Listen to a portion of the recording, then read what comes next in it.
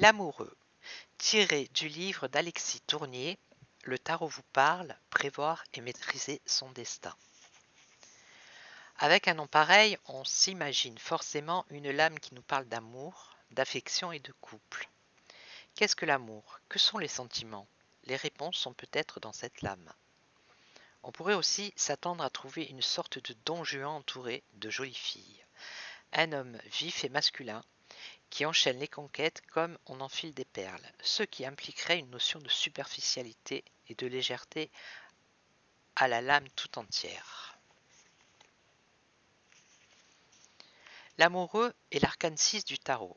En mathématiques, 6 est un nombre dit parfait, représenté graphiquement par l'hexagramme. Appelé sceau de Salomon, le célèbre roi, fils de David, aurait usé toute sa vie durant de cette représentation pour se protéger et repousser les forces démoniaques.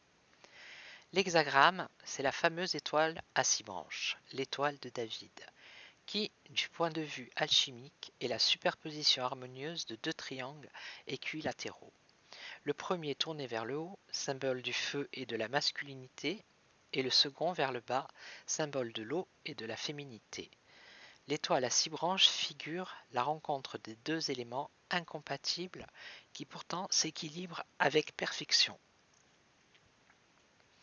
L'amoureux est une lame d'un nouveau genre puisque c'est la première sur laquelle se trouve non plus un seul, mais plusieurs personnages clairement représentés. La mise en scène semble assez simple.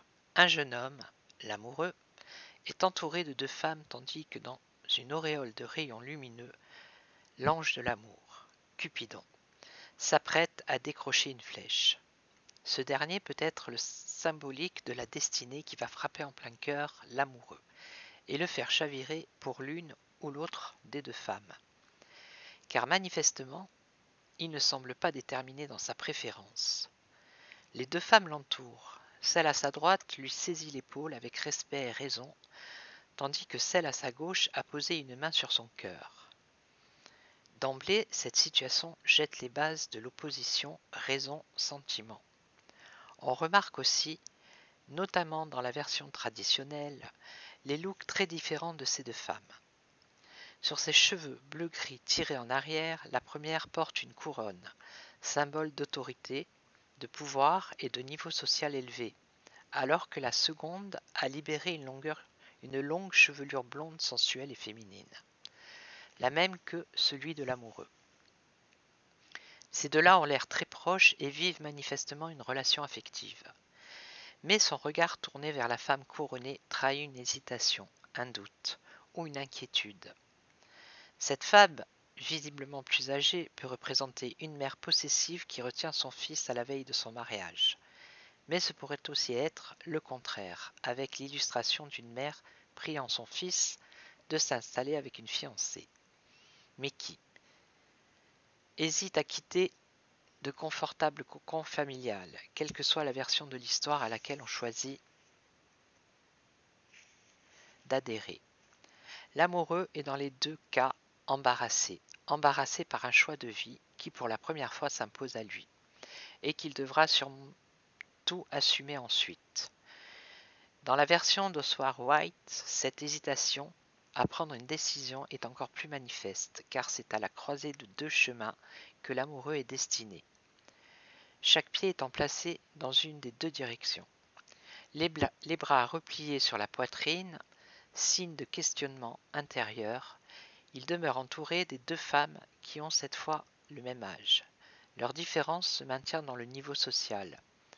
Celle à sa droite est toujours couronnée et élégamment vêtue, alors que celle de sa gauche est pieds nus et d'une tenue plus modeste. Dans cette version, la décision se joue sur la qualité de vie elle-même. L'amoureux possède deux maîtresses. Choisira-t-il celle qu'il aime vraiment, mais n'offrant qu'une vie simple et sans faste, ou celle qui, disposant de moyens, ne sera alors qu'une relation d'intérêt? L'amoureux, c'est aussi le bateleur, qui, fort des enseignements reçus par les personnages des lames précédentes, s'apprête à partir. Partir pour accomplir son chemin initiatique et se réaliser. Mais au moment des adieux à son ancienne vie, il se met à douter sérieusement et hésite. A-t-il vraiment raison de se lancer ainsi dans une aventure sans certitude? N'est-ce pas là pure folie? Les conseils donnés par les sages ne correspondaient-ils pas à ceux qu'il désirait entendre tout simplement? Il ne sait plus, et pour le coup, il a oublié de s'habiller. Dans la version traditionnelle, nous le voyons. Il est comme un enfant, en culotte courte, sans pantalon ni chaussettes. C'est un acte manqué, provoqué par son inconscient qui refuse d'endosser les responsabilités de la vie d'un adulte. Car comment nu pourrait-il partir à l'aventure? L'amoureux n'a pas de réponse à fournir, il ne sait pas, il doute, et dans ses incertitudes, il demeure dans l'indécision plus confortable. Faire un choix implique d'agir avec maturité. C'est pourquoi l'amoureux est une lame d'inaction et de passivité. En réalité, celui qui agit, c'est l'ange Cupidon. Il est la représentation d'une intervention extérieure qui fera bouger la situation.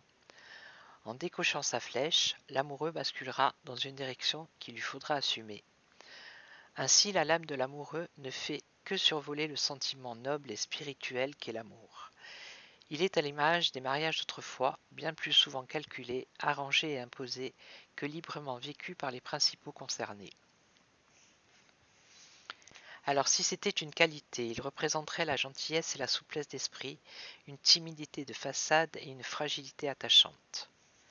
Un défaut, il serait l'indécision, l'incapacité de faire des choix et de se décider à quelque chose, le manque d'initiative et l'immaturité face aux responsabilités.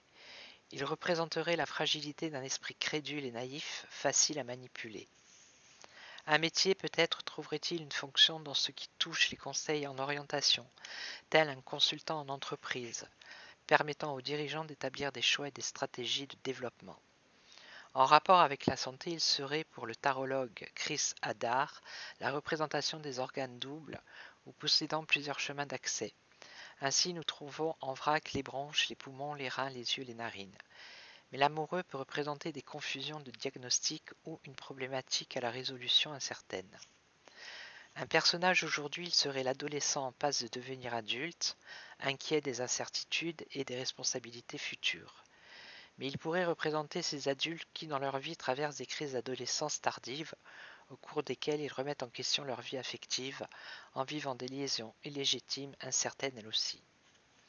Un événement ou une situation, il représenterait l'incertitude au sens général, l'absence d'esprit responsable et engagé, l'incapacité à faire des choix. Il peut être l'apparition des deux alternatives possibles, deux évolutions réalisables qui nécessitent que l'on tranche. Généralement, il s'accompagne d'un climat de stress, d'anxiété et de doute. Un lieu, ce serait la croisée de deux routes, au sens premier comme au sens symbolique. Un objet, il pourrait s'associer, mais cela semble tiré par les cheveux, au brouillard ou à de la fumée, à ces substances évanescentes qui brouillent la vue, amènent du flou et créent une incertitude. En lien avec l'astrologie, plusieurs solutions seraient possibles. Certains font le lien avec la balance et sa légendaire difficulté à se décider. D'autres avec le poisson, insondable, signe d'eau, difficile à cerner dans ses véritables intentions. Mais plus évident apparaît le lien avec la double personnalité délicieuse des Gémeaux et leur extravagant potentiel d'action dans toutes les directions possibles.